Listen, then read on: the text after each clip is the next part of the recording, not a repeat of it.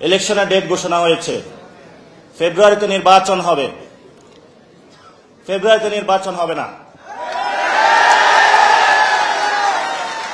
ফেব্রুয়ারিতে নির্বাচন হবে না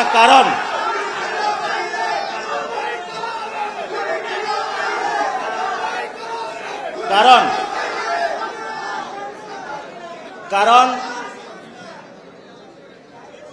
যদি ফেব্রুয়ারিতে নির্বাচন হয়, আমার যে ভাইয়েরা শহীদ হয়েছিল, রক্ত দিয়েছিল সংস্কারের জন্য, একটি নতুন সংবিধানের জন্য, তাহলে কবরে গিয়ে তার লাশটা ফেরত দিতে হবে এই সরকারকে।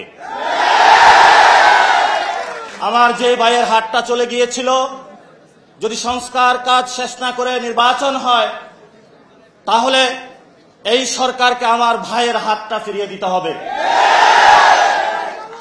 যে মায়ের বুক খালি হয়েছিল, যদি সংস্কার ছাড়া, একটি নতুন সংবিধান ছাড়া বাংলাদেশে নির্বাচন হয়, তাহলে ওই মায়ের বুকের সন্তানকে ফেরত দিতে হবে। অনেক বাচ্চাকে দেখেছি এখনো বুকের দুধ পান করে, কিন্তু বাবা শহীদ হয়েছে।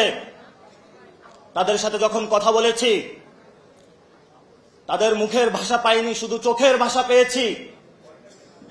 চোখের ভাষাটা ছিল অশ্রু।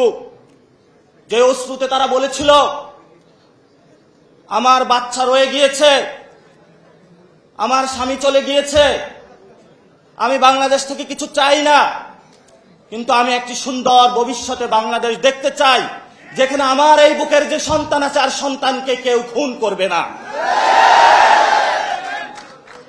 কিন্তু বাংলাদেশে আমরা দেখতে পাচ্ছি একই সংস্কৃতির ডামাডোলে, একই ফেসিবাদী সংবিধানে, একই সিস্টেমের মধ্য দিয়ে আমরা নির্বাচনে যাচ্ছি। তাহলে এতগুলো মানুষ শহীদ হওয়ার প্রয়োজন কি ছিল? এতগুলো মানুষ আহত হওয়ার প্রয়োজন কি ছিল? আপনারা দেখেছেন, এখানে অনেক মিডিয়া ভাই রয়েছেন।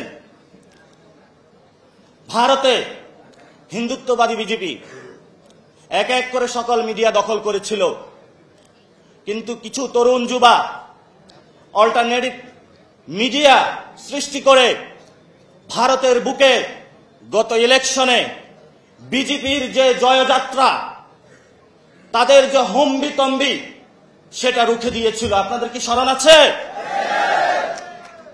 আপনাদেরকে সেই ভূমিকায় নামতে হবে।